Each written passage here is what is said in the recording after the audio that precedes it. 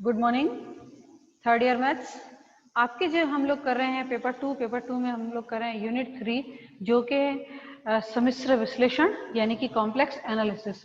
Complex analysis में जो है हमने लास्ट क्लास में किया था कि कोशी-रीमान समीकरण के ध्रुवीय रूप, ठीक है, ध्रुवीय रूप, और फिर जो है एक एग्जाम्पल जो है लिया था जिसको जो है हमें सिद्ध करना था कि वो मूल बिंदु पर जो है विश्लेषक नहीं है लेकिन मूल बिंदु पर कोशी-रीमान समीकरण को संतुष्ट करता है।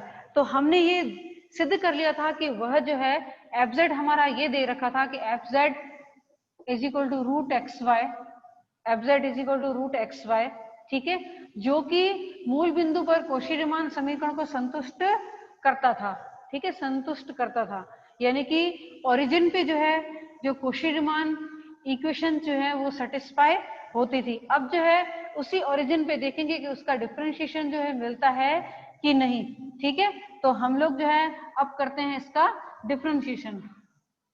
तो इसका सेकंड पार्ट आ जाएगा कि मूल बिंदु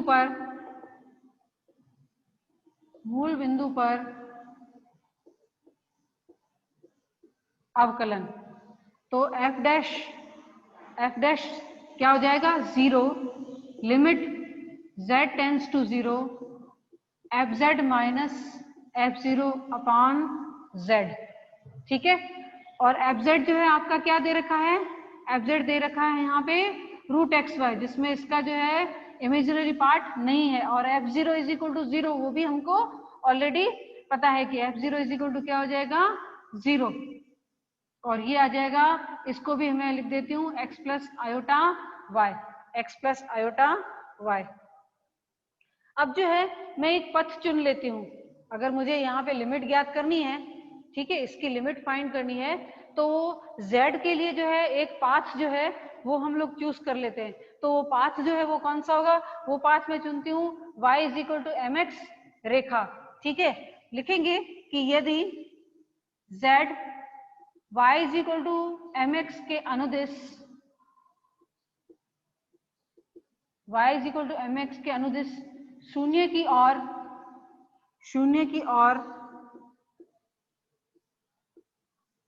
अग्रसर हो, शून्य की ओर अग्रसर हो, तो यहाँ पे जो है क्या करेंगे कि जहां पे भी y होगा वहां पे क्या रखना है आपको, mx रखना है। देयरफॉर तो f dash 0 is equal to limit, अब क्या आ जाएगा, x टेंस टू 0, ये आ जाएगा रूट में x और mx, ठीक है, ये तो 0 चला गया, और ये आ जाएगा x प्लस आयोटा mx। चलिए यहाँ पे जो है एक्स स्क्वायर आ जाएगा, तो limit x tends to 0, x और रूट में आ जाएगा m, और यहां से भी x जो है वो कॉमन आ जाएगा, और 1 प्लस आयोटा m, दोनों ही x जो है आपस में कैंसिल हो जाएंगे, तो इज इक्वल टू आ जाएगा limit x tends to 0 root m upon 1 plus iota m, तो इसकी वैल्यू, लिमिट की वैल्यू आ जाएगी root m upon 1 plus iota m, जो कि m पर निर्भर है, m पर निर्भर है, अतः ठीक है, ये जो सीमा जो है क्या है, m पर निर्भर है, तो हमारा f डैश 0 जो है वो क्या मिलेगा, यूनिक नहीं मिलेगा, क्योंकि जैसे m बदलेगा यहाँ पे उसकी लिमिट चेंज हो जाएगी। जैसे m को चेंज करो, m क्या है यहाँ पे कांस्टेंट है, m क्या है यहाँ पे कांस्टेंट है, जैसे m चेंज होगा लिमिट जो है वो चेंज हो जाएगी।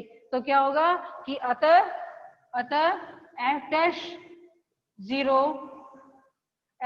0 जो है वो अद्वितीय नहीं है, अद्वितीय, f डैश 0 अद्वितीय नहीं है, यहाँ पे इसकी सीमा जो है हमें अद्वितीय नहीं यानी यूनिक नहीं है, ठीक है। ये जो है लिमिट क्या आनी चाहिए, यूनिक आनी चाहिए, यहाँ पे जो है ये लिमिट यूनिक नहीं है। अगर यहाँ पे एक नंबर आता तो हम लोग कोई और पाथ चुन लेते, और उस पाथ के थ्रू जो है हम लोग ओरिजिन तक जाते, यानी उस पथ के अनुदिश जो है हम लोग शून्य की ओर अग्रसर होते, तो हम जो है बता सकते थे कि भाई दोनों बराबर आ रहे हैं, यानी कि हाँ ठीक है, एफ डैश 0 मिल रहा है। लेकिन यहाँ पे क्या प्रॉब्लम हो रही है, यहाँ पे हमारी लिमिट जो एफ डैश 0 की जो है लिमिट अगर हम लोग लेते हैं वो एक m में जो है इस तरह से नंबर आ रहा है, तो ये जो है ये यूनिक नहीं है, इस वजह से इसकी सीमा जो है वो क्या है, हमें अद्वितीय नहीं मिलेगी, यानी कि जो है यहाँ पे एफ डैश 0 जो है वह अद्वितीय नहीं है, यानी कि मूल बिंदु पर एफ जेड का अवकलन विद्यमान नहीं है, अवकलन विद्यमान नहीं है, यानी कि क्या कहेंगे कि मूल बिंदु पर फलन जो है वह विश्लेषिक नहीं है, यानी कि मूल बिंदु पर मेरा फलन जो है वो विश्लेषिक नहीं है। ठीक है, तो लिखेंगे मूल बिंदु पर फलन विश्लेषिक नहीं है। तो देखिए मूल बिंदु पर वो कोशी रीमान समीकरण को तो संतुष्ट करता है।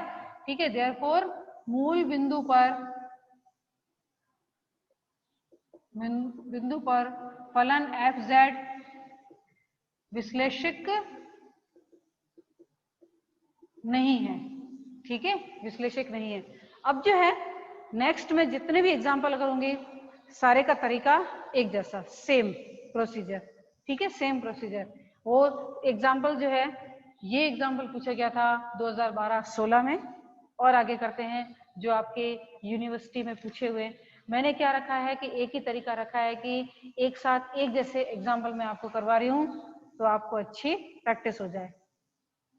चलिए यहाँ पे जो है कोशी रीमान समीकरण संतुष्ट हो रही है, लेकिन क्या हो रहा है, हमारा जो है मूल बिंदु पर जो है उसका अवकलन प्राप्त नहीं हो रहा है, यानी मूल बिंदु पर विश्लेषक नहीं है। आप जानते हैं ये इस परिस्थिति को क्या कहते हैं? इस परिस्थिति में जो है ये हमारा मूल बिंदु जो है इस फलन एफ जेड के लिए सिंगुलर पॉइंट है, इस एफ जेड के लिए सिंगुलर पॉइंट है, यानी जीरो जो है इसकी सिंगुलरिटी है, जीरो जो है इसकी क्या है, सिंगुलरिटी है। तो यहाँ पे जो है उस बारे में नहीं पढ़ना, हम लोग आगे एग्जाम्पल करते हैं। फिर एक और एग्जाम्पल,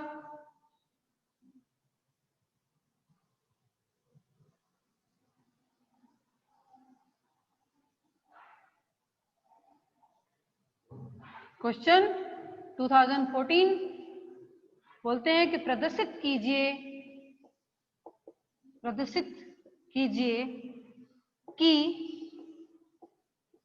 फलन f Z is equal to x square y की पावर 5 और x plus iota y upon x की पावर 4 और वाई की पावर यहाँ पे आ जाएगी 10, जहाँ पे z नॉट इक्वल टू 0 और दिया हुआ है कि f0 पर मान जो है वो 0 ही है।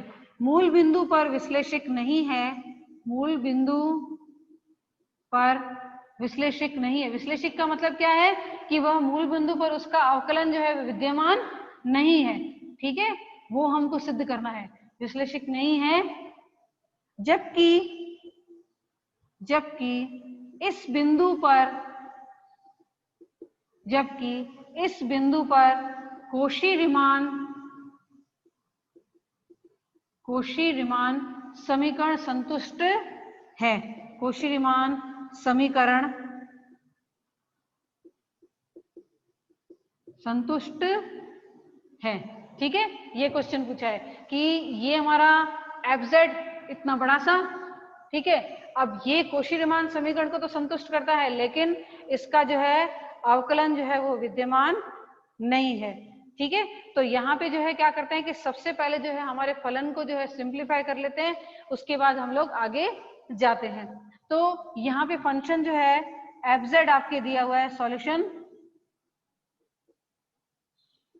ये दिया हुआ है एक्स स्क्वायर वाई की power 5 x plus iota y upon x की पावर 4 और y की पावर 10। अब क्या करते हैं, इमेजिनरी और रियल और इमेजिनरी पार्ट जो है दोनों अलग कर लेते हैं, क्योंकि मुझे क्या चाहिए, यहाँ पे मेरा u और v क्या होगा वो मुझे चाहिए। तो दिस इज इक्वल टू, ये हो जाएगा एक्स क्यूब इंटू वाई की पावर 5 और x4 और y की पावर 10 और आयोटा बाहर, और ये हो जाएगा एक्स स्क्वायर y की पावर 6 अपॉन x की पावर 4 और y की पावर 10। ठीक है, तो ये जो है क्या है, ये है आपके u x y, क्योंकि कोशी रीमान समीकरण संतुष्ट कराने ना, तो उसके लिए क्या जी, हमारे एफजेड में से u x y और v x y क्या है वो हमें ज्ञात करना पड़ेगा। तो यहाँ पे आपका u x y जो है वो क्या आ गया, वो ये आया x क्यूब y की power 5 upon x4 plus y की पावर 10, और v x y जो है आपके क्या आ गया, ये आया एक्स स्क्वायर y की पावर 6 अपॉन x की पावर 4 और y की पावर 10। ठीक है, y की पावर 10। तो यहाँ पे जो है देखेंगे कि uxy और vxy हमने ज्ञात कर लिए हैं। अब क्या करते हैं कि लिमिट की मदद से जो है हम अपने जो है कोशी रीमान समीकरण ज्ञात करते कि कोशी रीमान समीकरण जो है संतुष्ट होती है कि नहीं। तो चलिए कोशी रीमान समीकरण पर पहले क्या ज्ञात करेंगे, del you upon del X. ठीक है, del you upon del X,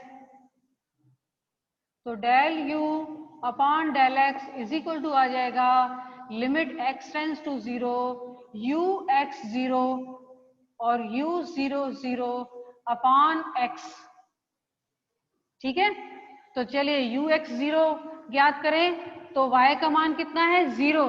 ठीक है, x तो रहा है, y का मान कितना है 0। तो अगर यहाँ पे 0 रखेंगे तो हमारा फंक्शन जो है वो क्या आ जाएगा, is equal to limit x tends to 0, तो ये आ जाएगा 0, ये तो 0 होगा ही होगा, अपॉन x तो आ जाएगा 0। फिर जो है del you upon del Y find कर लेते हैं, तो limit y tends to 0 u 0 y, क्योंकि वेरिएशन किस में है, y में ही हो रहे हैं ना, और कहाँ पे जो है हमें मूल बिंदु पे ज्ञात करना है, तो यहाँ पे x की जगह पे जो है हमें क्या रखना है, यहाँ पे 0 0, और ये हो जाएगा y माइनस 0, यानी कि सिंपली यहाँ पे y। ठीक है, यहाँ पे y, तो ये हो जाएगा आपके, चलिए अगर u एक्स वाई की वैल्यू कितनी है, एक्स क्यूब वाई की पावर 5 और अपान में, तो ये दोनों प्लस में है तो इसकी कोई दिक्कत नहीं है, ये दोनों गुणा में है। अगर x इज इक्वल टू 0 रख दूं, x इज इक्वल टू 0 रख दूं तो भी क्या आएगा, वो 0 आ जाएगा। तो limit y tends to 0 0 minus 0 upon y is equal to आ गया 0।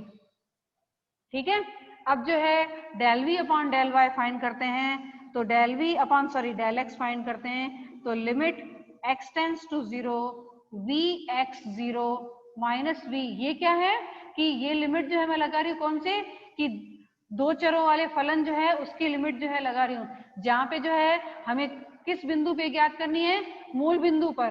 ठीक है, मूल बिंदु पे ज्ञात करनी है, तो इस वजह से जो है यहाँ पे y का मान जो मैं है 0 ले लूं, लेकिन वेरिएशन किस में हो रहे हैं, सिर्फ x में, तो ये x माइनस 0 नीचे आएगा, तो ये x। ठीक है, तो लेकिन अगर v x y अगर आप फलन देखें तो वो कौन सा है, एक्स स्क्वायर और y की पावर 5, सॉरी y की पावर 6, सॉरी, तो यहाँ पे जो है y की पावर 6 है और y is equal to 0 put कर लिया तो 0 आ जाएगा, तो limit x tends to 0 0 minus 0 upon x is equal to आ जाएगा 0। ठीक है, अब नेक्स्ट आ जाती है आपकी del we upon del y, तो नेक्स्ट लिमिट जो है हम लोग फाइंड करते हैं del we upon del y, तो देखेंगे कि del we upon del y is equal to limit y tends to 0 और v 0 y minus v 0 0 upon y। ठीक है, तो अगर ये भी देखेंगे तो v 0 y की वैल्यू जो है कितनी आ जाएगी, जब x इज इक्वल टू 0 रखेंगे तो 0 आ जाएगी, 0 minus 0 upon y is equal to 0। तो क्या कहेंगे कि del u upon del x, therefore del u upon del x is equal to del v upon del y, del u upon del y is equal to minus del v upon del x। therefore लिखेंगे कि मूल बिंदु पर, therefore मूल बिंदु पर कोशी-रीमान समीकरण, कोशी-रीमान समीकरण संतुष्ट होती है, संतुष्ट होती है। ठीक है, तो मूल बिंदु पर जो है कोशी-रीमान समीकरण संतुष्ट होती है। तो लेकिन अब क्या करना है, अब जो है मूल बिंदु पर जो है उसका अवकलन विद्यमान है कि नहीं, वह चेक करना है। ठीक है, तो चलिए हम लोग चेक करते हैं मूल बिंदु पे जो है इसका अवकलन विद्यमान होगा कि नहीं। तो इसके लिए क्या करेंगे, हम दो अलग अलग पथ जो है वो चुन लेते हैं। पथ चुनने के बाद जो है दोनों लिमिट अगर एक बराबर आती है तो हम लोग कहेंगे कि जो है वो मूल बिंदु पर अवकलन विद्यमान है, नहीं तो नहीं। तो चलिए अब जो है ज्ञात करेंगे मूल बिंदु पर अवकलन, मूल बिंदु पर अवकलन यानी डिफरेंशिएशन एट ओरिजिन। ठीक है, तो सबसे पहले मैं क्या लिख दूं कि f डैश 0 फॉर्मूला लिख देती हूँ, limit z tends to 0 fz minus f0 upon z minus 0 लिखते हैं वैसे, लेकिन मैंने सिर्फ लिखा है यहाँ पे z। चलिए fz की वैल्यू कितनी है, बहुत बड़ी वाली है, आप जानते हैं।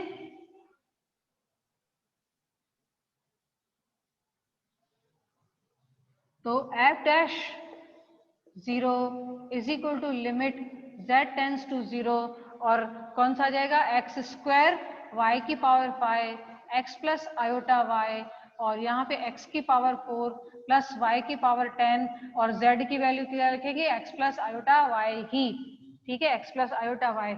अब देखेंगे यहाँ पे जो है क्या होगा, x प्लस आयोटा y जो है यहाँ पे अपॉन, सॉरी इसको मैं बाद में लिखती हूँ साथ में, पहले जो इस तरह से लिखूंगी कि लिमिट z टेंड्स टू 0 और ब्रैकेट में एक्स स्क्वायर y की power 5 x plus iota y upon x की पावर 4 y की पावर 10, ठीक है, माइनस 0 और 1 upon x plus iota y।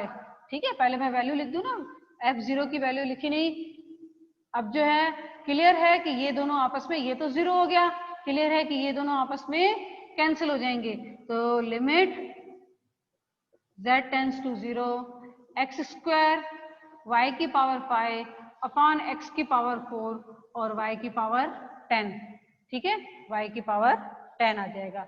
अब जो है आगे हम लोग क्या करेंगे, z के लिए पहले पाथ चुन लेते हैं कि किस पथ पर जो है वो शून्य की ओर अग्रसर होगा।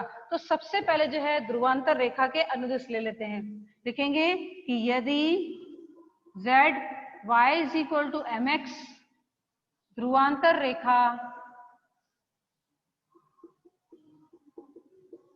ध्रुवांतर रेखा के अनुदिश शून्य की ओर अग्रसर हो, शून्य की ओर अग्रसर हो। ठीक है, यानी कि क्या होगा कि यहाँ पे जो है ओरिजिन की तरफ जो है वो किस पाथ पे जाएगा, वो जो है y is equal to mx जो है लाइन होगी, उससे जो है वो यहाँ पे शून्य की ओर यानी कि 0 की ओरिजिन की तरफ जो है वो जा रहा है। ठीक है, ओरिजिन की तरफ जा रहा है। तो फिर जो है अगर y is equal to mx है तो हम लोग लिमिट फाइंड कर लेते हैं, देखते हैं कि लिमिट क्या आती है। ठीक है, तो f dash 0 is equal to limit, अब जो है क्या हो जाएगा, जब y is equal to mx ले लेते हैं तो x टेंड्स टू क्या हो जाएगा 0, ये होगा एक्स स्क्वायर, ये हो जाएगा mx की पावर 5 और यहाँ पे x की पावर 4 और यहाँ पे हो जाएगा प्लस ये mx की पावर यहाँ पे 10। ठीक है, इसको सॉल्व कर लेते हैं। This is equal to limit x tends to 0, ये हो जाएगा x की पावर 5 तो कितना हो जाएगा यहाँ पे, ये तो m की पावर 5 और x की पावर यहाँ पे हो जाएगा 7, ये x की पावर 4, m की पावर 10 और x की पावर भी 10। ठीक है, तो यहाँ पे जो है हम लोग क्या कर लेते हैं कि x की पावर 4 को कॉमन ले लेते हैं, तो ये हो जाएगा m की पावर 5 और ये होगा यहाँ पे x क्यूब, ये हो जाएगा 1 m की पावर 10 और यहाँ पे हो जाएगा x की पावर 6। तो ये इज इक्वल टू हो जाएगा 0, ये इज इक्वल टू हो जाएगा 0। ठीक है, क्योंकि x आ गया और x जैसे 0 की तरफ जाएगा, 0 यहाँ पे वैल्यू पुट कर लेंगे तो इज इक्वल टू 0 आ गया। अब जो है नेक्स्ट जो है हम लोग इसका दूसरा जो है पथ चुन लेते हैं। ठीक है, दूसरा पथ चुन लेते हैं। चलिए दूसरा चुनते हैं। यहाँ पे कौन सा? दूसरा एक वक्र पृष्ठ जो है वो चुन लेते हैं। तो लिखेंगे कि यदि z y की power 5 is equal to x square. देखिए कौन सा एक अनयूजुअल सा जो है मैं ले रही हूं, जो अपनी मर्जी से। ठीक है, क्यों ले रहे हैं? देखिए, यदि z वक्र पथ y की power 5 is equal to x square के अनुदिश शून्य की ओर अग्रसर हो, शून्य की ओर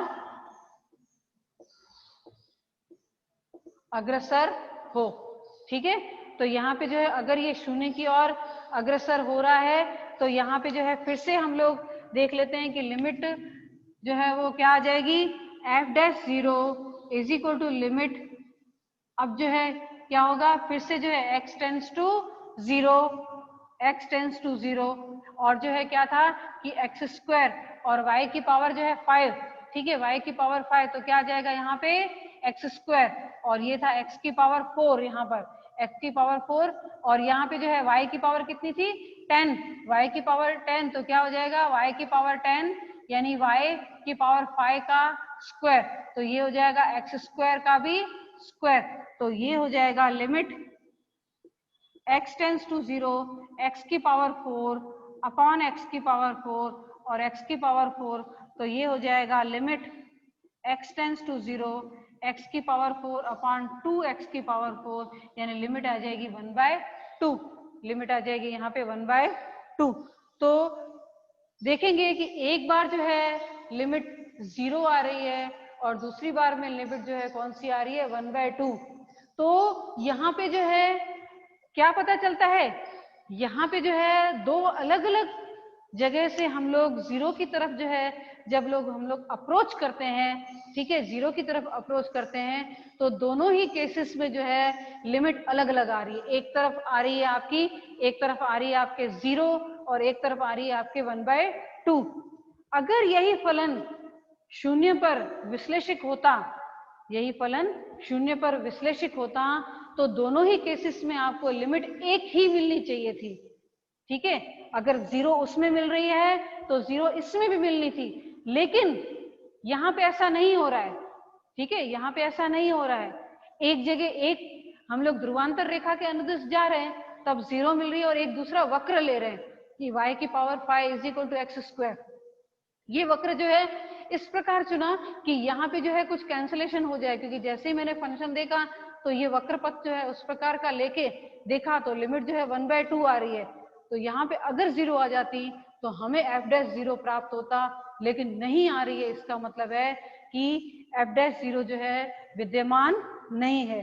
ठीक है, तो अब जो है हम लोग लिख देंगे कि अतः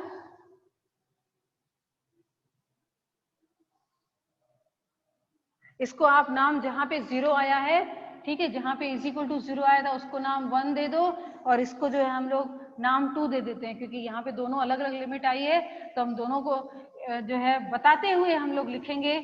ठीक है, जहां पे भी लिमिट 0 आई थी y is equal to mx के लिए, उसको नाम 1, इसको नाम 2, तो लिखेंगे अतः 1 और 2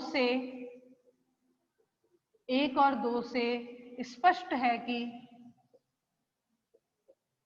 1 और 2 से स्पष्ट है कि f'0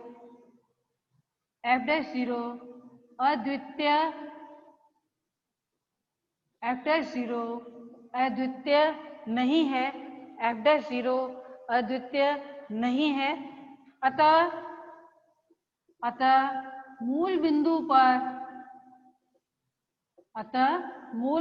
पर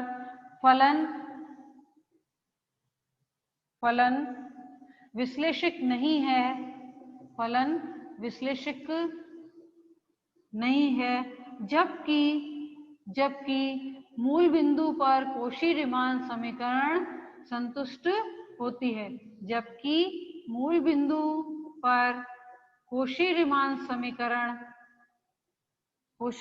समीकरण संतुष्ट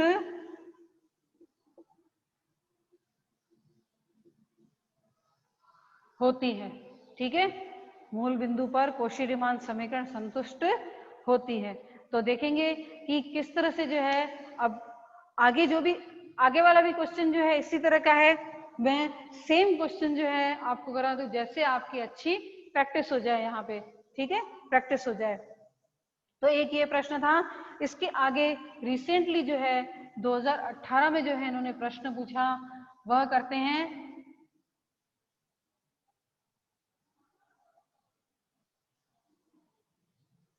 देखिए, सारे क्वेश्चन जो है किताब के हैं, किताब में से पूछे गए हैं। बोलते हैं कि प्रदर्शित कीजिए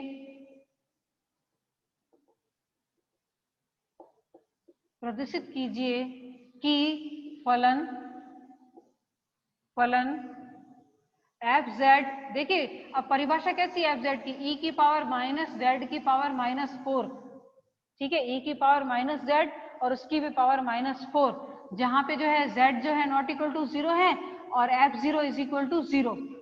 जेड जो है नॉट इक्वल टू 0 है और एफ 0 इज इक्वल टू 0।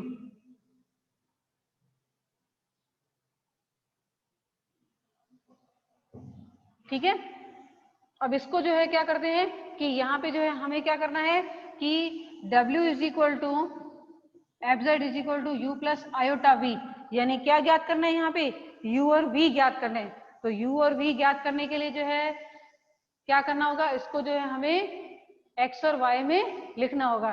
तो चलिए x और y में लिखते हैं। इज इक्वल टू ई की power minus x plus iota y की पावर -4। ठीक है, अब जो है यहाँ पे जो है ये इसको नाम 1 दे देते हैं। अब क्या करना है हमें कि इसके कोशी-रीमान समीकरण विश्लेषक नहीं है, जबकि एफ जेड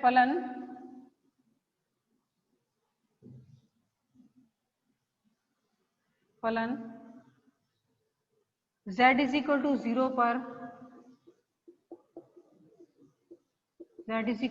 पर विश्लेषक नहीं है, जबकि कोशी-रीमान समीकरण संतुष्ट होती है। ठीक है, प्रश्न पूरा कर लेते हैं, उसके बाद हम लोग सॉल्यूशन देते हैं। तो ये है आपका प्रश्न कि z इज इक्वल टू 0 पर विश्लेषक नहीं है, लेकिन कोशी-रीमान समीकरण जो है वो क्या होती है, वो संतुष्ट होती है। अब मैं लिखूंगी कि W is equal to F Z is equal to you plus iota V, जो कि क्या लिखेंगे, अब इसको जो है हम एक्स वाई में लिख देते हैं, minus x plus iota y की पावर -4। ठीक है, तो अब जो है यहाँ पे क्या करते हैं कि पहले जो है y इज इक्वल टू 0, हमें क्या करना है कि कोशी-रीमान समीकरण संतुष्ट होती है, तो वो हमें सिद्ध करना है। तो उसके लिए क्या चाहिए, मुझे ux0 चाहिए, u0y चाहिए, vx0 चाहिए और v0y चाहिए। ठीक है, क्योंकि लिमिट से मैं फाइंड करूंगी ना। तो क्या करेंगे यहाँ पे, तो सबसे पहले जो है इसको इक्वेशन नाम 1 दे देते हैं। लिखेंगे कि एक में y इज इक्वल टू 0 रखने पर, ठीक है, रखने पर y इज इक्वल टू 0 रखते हैं, तो u x0 plus iota v x0 is equal to ई की पावर, यहाँ पे जो है y इज इक्वल टू 0 रख लेते हैं, तो -x -4 और प्लस क्या आ जाएगा यहाँ पे आयोटा 0। तो ux0 की वैल्यू जो है वो क्या आ गई, ux0 की वैल्यू आ गई e की पावर -x और -4, और vx0 की वैल्यू क्या आ गई, वो आ गई यहाँ पे 0। इस प्रकार क्या करेंगे कि हमारी जो इक्वेशन है 1 में x इज इक्वल टू 0, एक में x इज इक्वल टू 0 रखने पर u0y plus iota v0y is equal to ई की पावर, अगर यहाँ पे 0 रख लेते हैं, x इज इक्वल टू 0 रखते हैं, ठीक है, तो यहाँ पे आ जाएगा माइनस आयोटा y की पावर -4, ठीक है, -4। तो यहाँ पे जो है देखेंगे, अब देखिए आयोटा की पावर जो है कितनी आ रही है, -4, यानी 1 अपॉन आयोटा की पावर 4, ठीक है, 1 अपॉन आयोटा स्क्वायर का स्क्वायर, तो -1 का स्क्वायर क्या हो जाएगा, यहाँ पे +1, तो ये जो है आयोटा जो है यहाँ से निकल जाएगा, e की पावर -y और -4, ठीक है, ये आ जाएगा e की पावर आयोटा की पावर -4, तो वो 1 आ जाएगा, ठीक है, 1 आ जाएगा। तो यहाँ पे जो ये हो जाएगा कि, और इसको कहेंगे प्लस आयोटा 0, तो u0y की वैल्यू आपके आ रही है e की पावर -y -4, और v0y की वैल्यू आ रही है यहाँ पे 0, v0y की वैल्यू आ रही है 0, ठीक है। तो अब जो है कोशी-रीमान समीकरण के लिए जो है हम लोग करते हैं कि पहले जो है del you upon del y,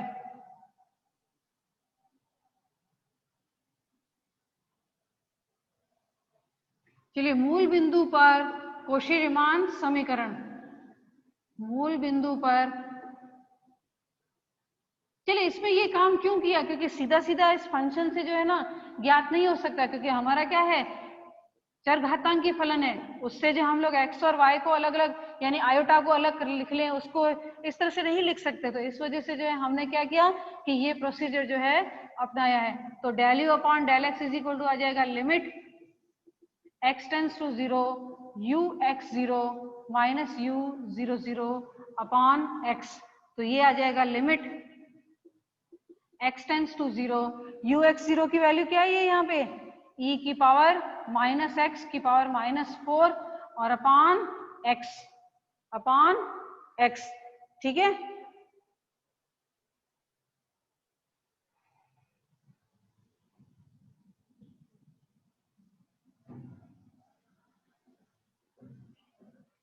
तो देखेंगे कि इज इक्वल टू ये आ जाएगा लिमिट x टेंस टू 0 और ये हो जाएगा 1 अपॉन x और e की पावर माइनस और x की पावर 4, अब देखिए यहाँ पे तो आप इसको क्या कर सकते हो, एक्सपांड कर सकते हो, ठीक है, इसको एक्सपांड करके लिख सकते हो, यहाँ फिर आप क्लियर है कि 1 अपॉन e की पावर जो है क्या हो जाएगा, ये देखियो ये लिमिट और x टेंस टू 0 और 1 अपॉन x और e की पावर 1 अपॉन x की पावर 4, देखिए ये इस तरह से है, क्या आ जाएगा 1 अपॉन जो है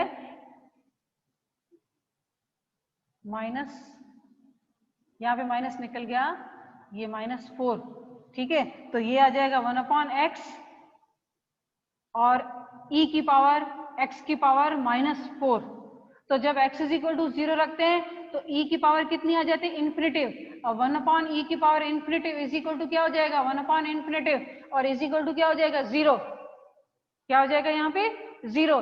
तो आप सीधा भी डायरेक्ट लिख सकते हैं, अगर आप जो है इसको एक्सपांड करके लिखें तो भी ये 0 ही हो जाएगा, ठीक है, तो भी ये 0 ही हो जाएगा। तो इज इक्वल टू क्या हो जाएगा ये 0। मैं एक बार ये जो है एक्सपांड करके लिख लेती हूँ, बाकी में हम लोग सीधा 0 ही लिख लेंगे। तो is equal to limit x tends to 0 1 upon ये आ जाएगा x, और इसको जो है हम लोग एक्सपांड कर सकते हैं, क्या कर सकते हैं 1 अपॉन 2 फैक्टोरियल और ये हो जाएगा x की पावर 4, 1 अपॉन 3 फैक्टोरियल और x की पावर 4 का स्क्वायर एंड सो ऑन, ठीक है। तो यहाँ पे जो है यहाँ पे हम लोग क्या कर लेते हैं कि इसको जो है x से जो है गुणा कर लेते हैं, तो आ जाएगा limit x tends to 0 1 upon ये हो जाएगा x 1 अपॉन 2 फैक्टोरियल और x cube and so on, दूसरे पद में लिख ही नहीं रही हूँ, दूसरे पद लिख ही नहीं रही हूँ। अब जैसे 0 वगैरह ये इन्फिनिटी हो गया, ये इन्फिनिटी हो गया, ये इन्फिनिटी हो गया, ये इन्फिनिटी हो गया, और ये यहाँ पे 0 है, तो ये क्या होगा 1 upon infinitive, 1 upon infinitive is equal to 0। तो अगर ये करो या फिर सीधा ही लिखो तो भी आपकी लिमिट आ जाएगी, ठीक है। तो del you upon del X जो है वो क्या आ जाएगा आपके, del you upon del X आ जाएगा 0। ठीक है, बाकी जो है हम लोग आधा क्वेश्चन जो हम लोग कल कर लेंगे। ठीक है।